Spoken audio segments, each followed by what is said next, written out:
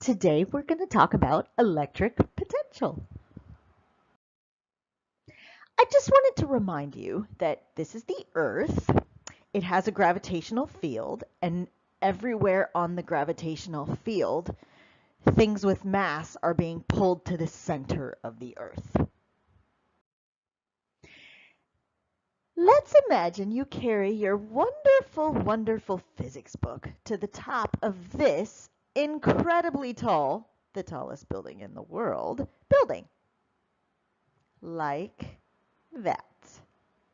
Now, when you carried your physics book to the top of the building, first of all, it took work. Probably a lot of work. Second of all, when you did that work on the book, you gave it gravitational potential energy. Say instead of taking it to the top of the very tallest building, you took it to the top of a shorter building. Well, you would do less work to take it to the top of the shorter building and therefore give it less potential energy. So take it to the taller building and you give it more work and more potential. You do more work and give the book more potential energy. Take it to the top of this shorter building, you do less work and give the book less potential energy.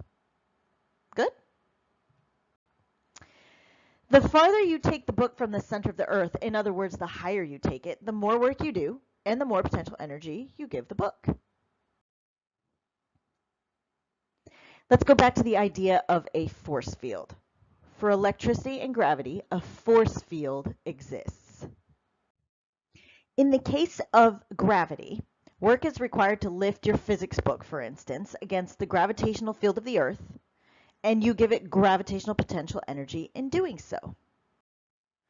Now, the thing about force fields and potential energy, etc., is that things have potential energy in those force fields depending on their location in the force field. So for instance, with gravity, an object has gravitational potential energy because of its location in the gravitational field.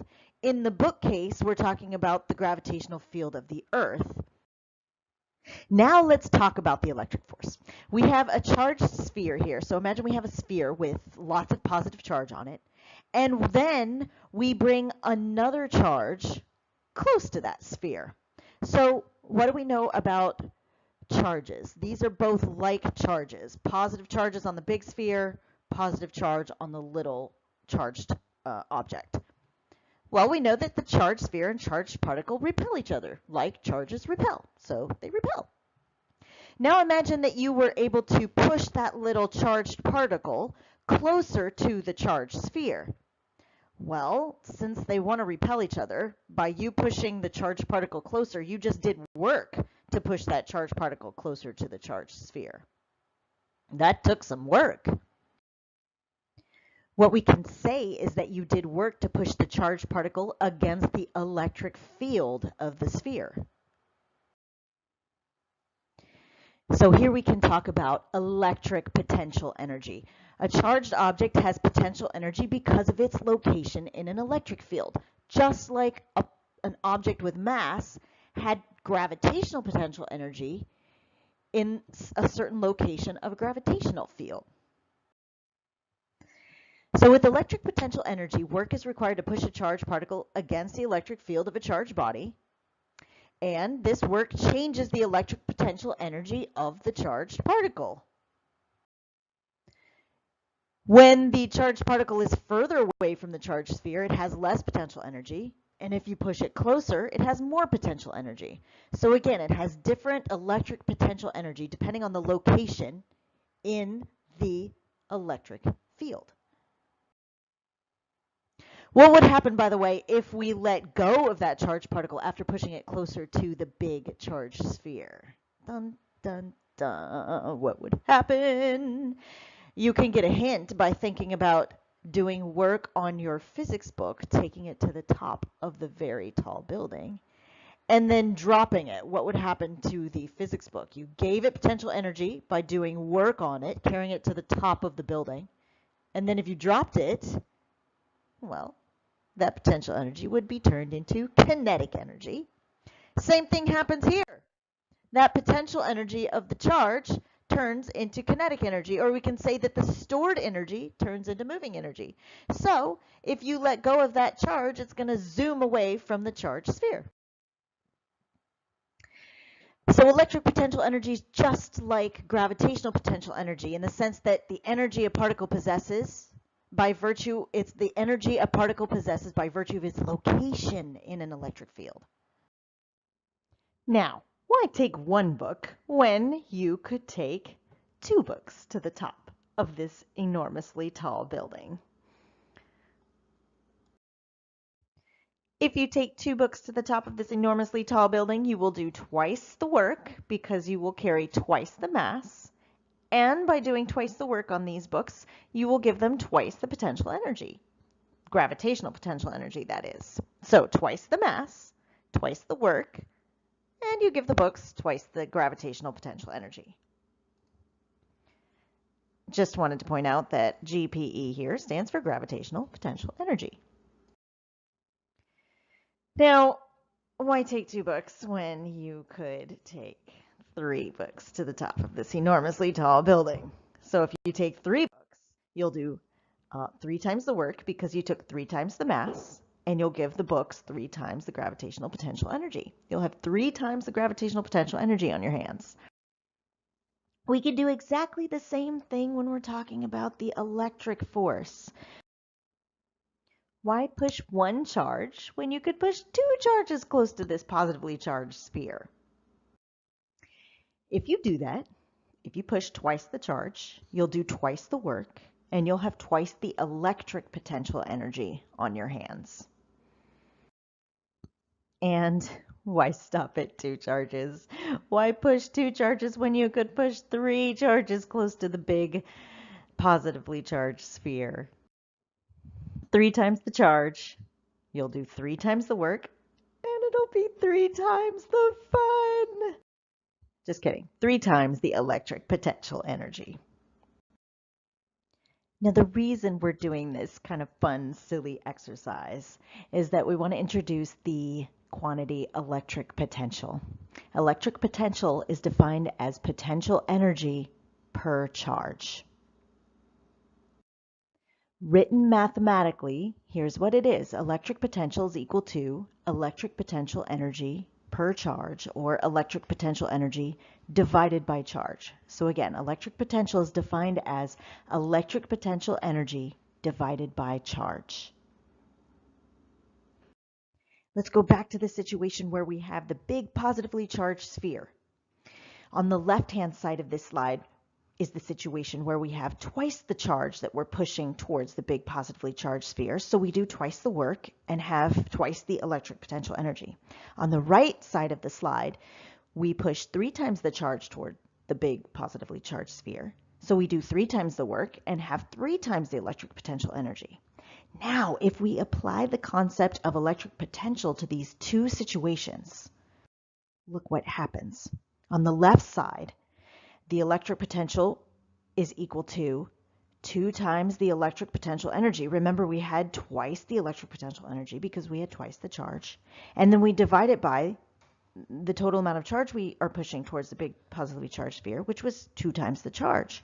So look, those 2's on the top and bottom of that fraction cancel each other out. Same on the right side. The electric potential is 3 times the electric potential energy because we had 3 times the charge, divided by 3 times the charge. So those 3's cancel each other out on the top and bottom of that fraction. So in both cases, the electric potential is the same. And that's why electric potential is useful, because it doesn't matter the amount of charge that you push close to this big positively charged sphere. The electric potential is the same.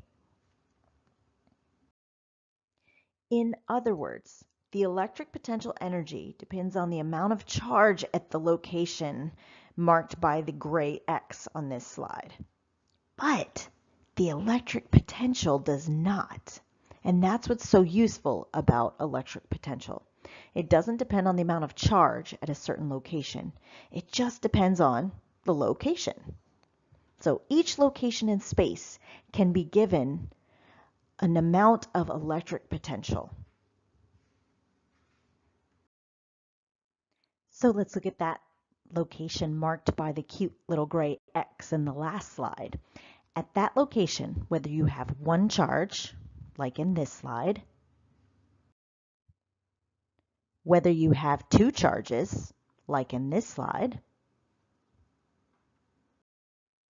or whether you have any number of charges at the spot that was marked by the gray X, the electric potential at that location, marked by the gray X a few slides ago, is the same. So again, the electric potential is convenient because at any given location, like at that gray X around the big charged sphere, it stays the same no matter the charge that you bring near that big positively charged sphere. One thing that's important to point out is that the words electric potential and the word potential are used interchangeably. So just know that if you see potential, that means electric potential.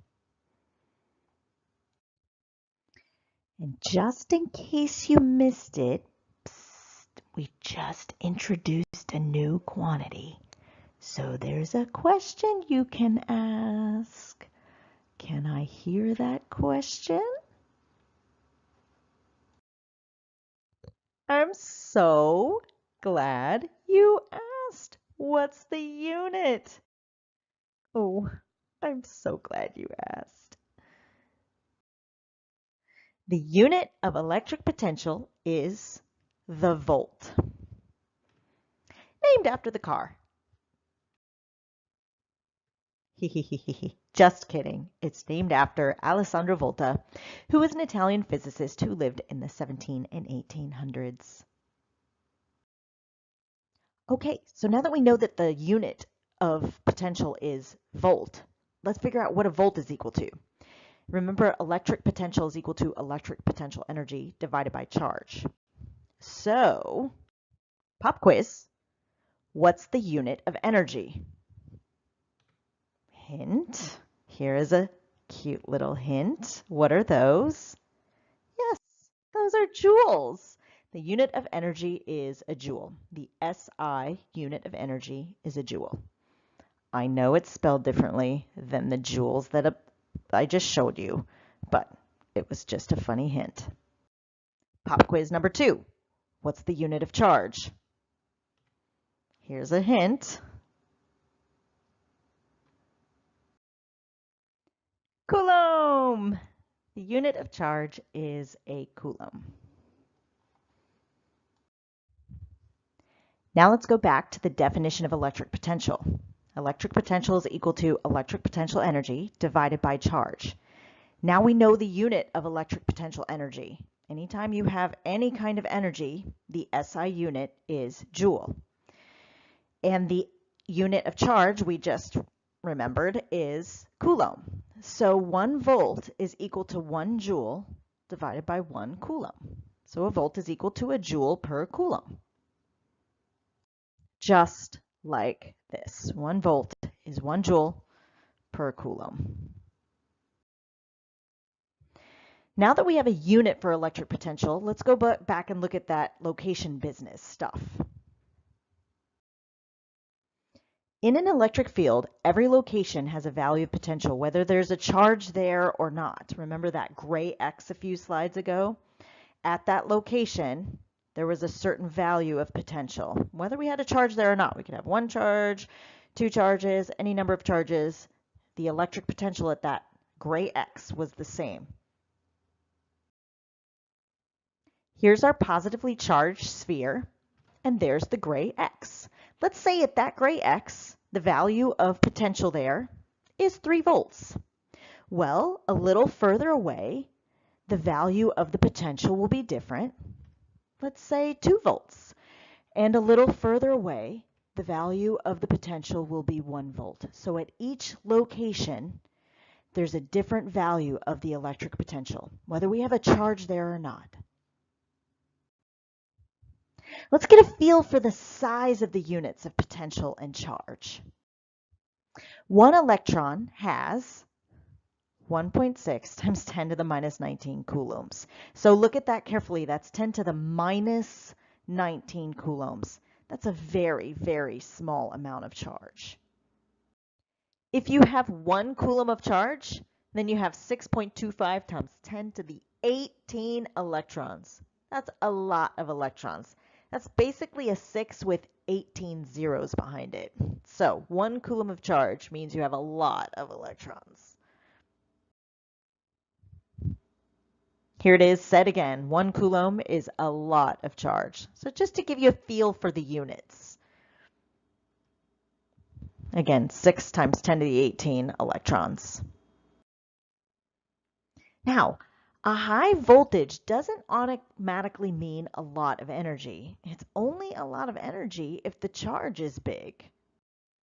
So let's look at the case where you take a balloon and you rub it on your hair. You know, we say that you build up static on your hair when you do this, but what you're actually doing is you're rubbing electrons off of your hair onto the balloon.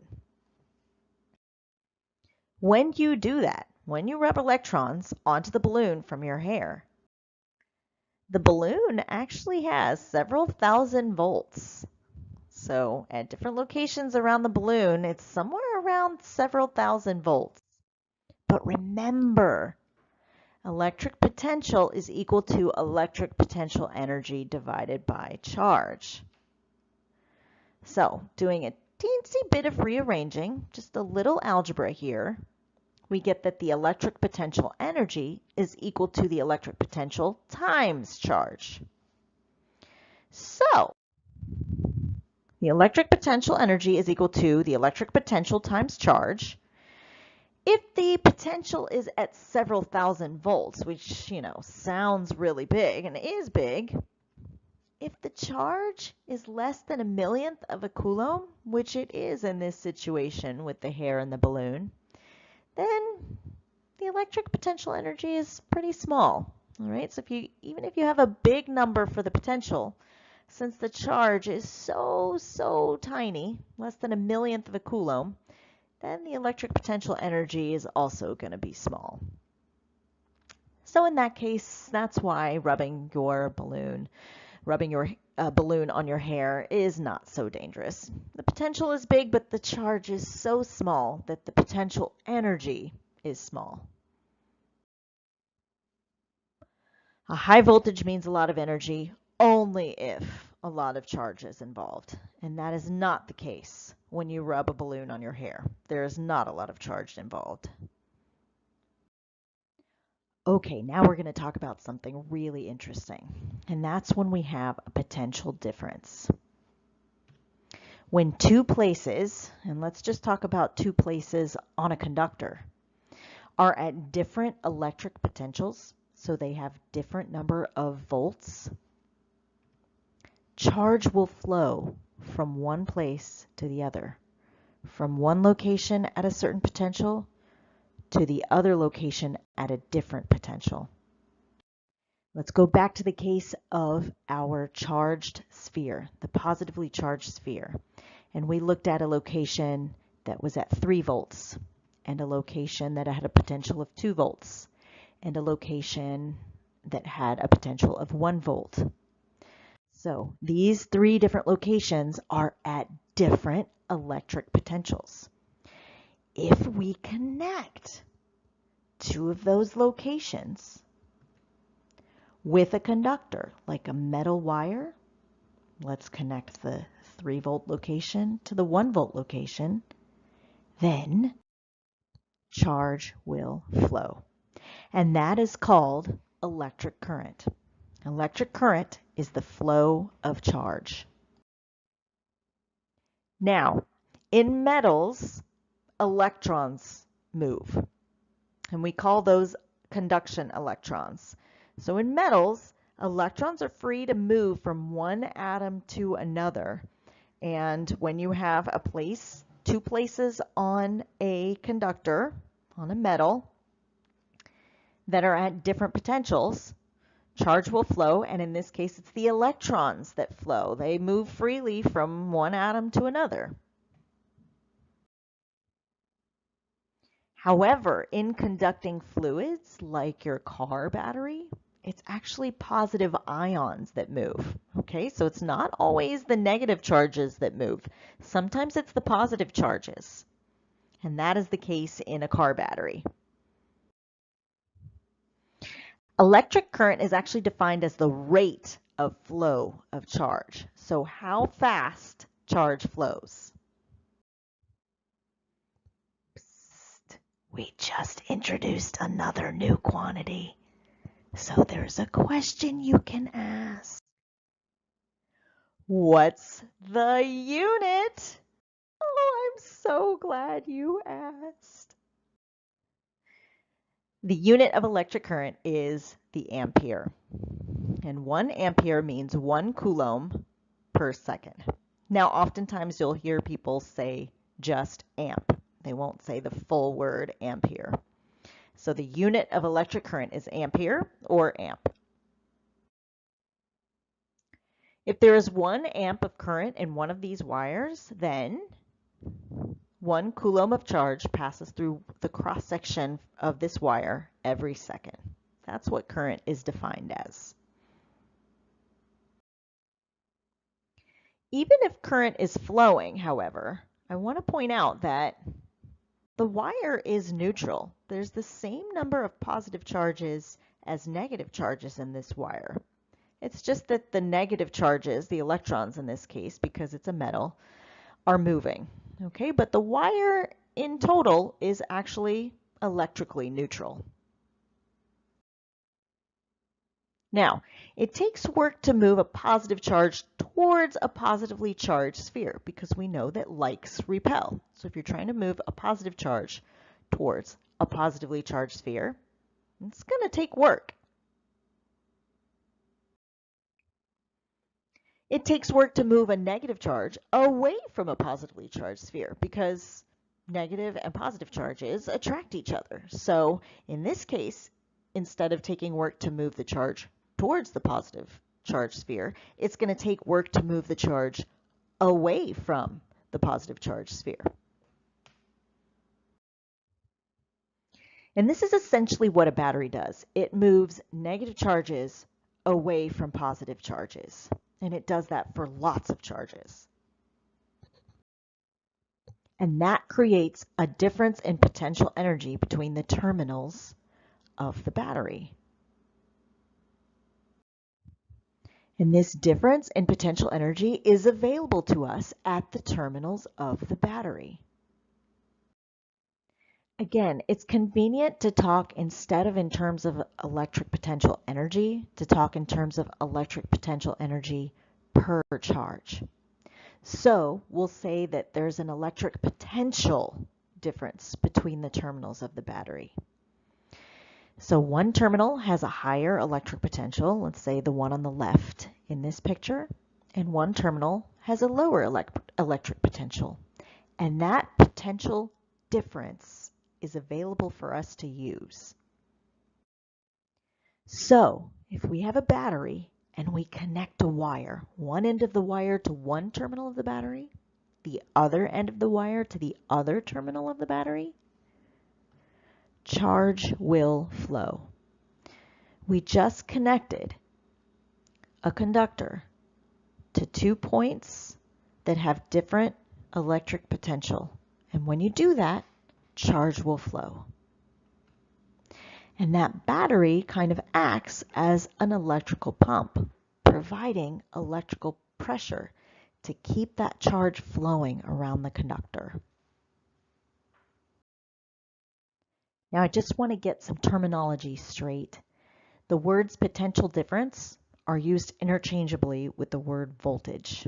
So those two are used interchangeably, and they're the same thing. Potential difference, same thing as voltage. So let's just review. Electric potential, the words electric potential are equal to, same as the word potential. And the units of both of those is volts. And the words potential difference are used interchangeably, equal to the word voltage. And the units of those two quantities also are volts.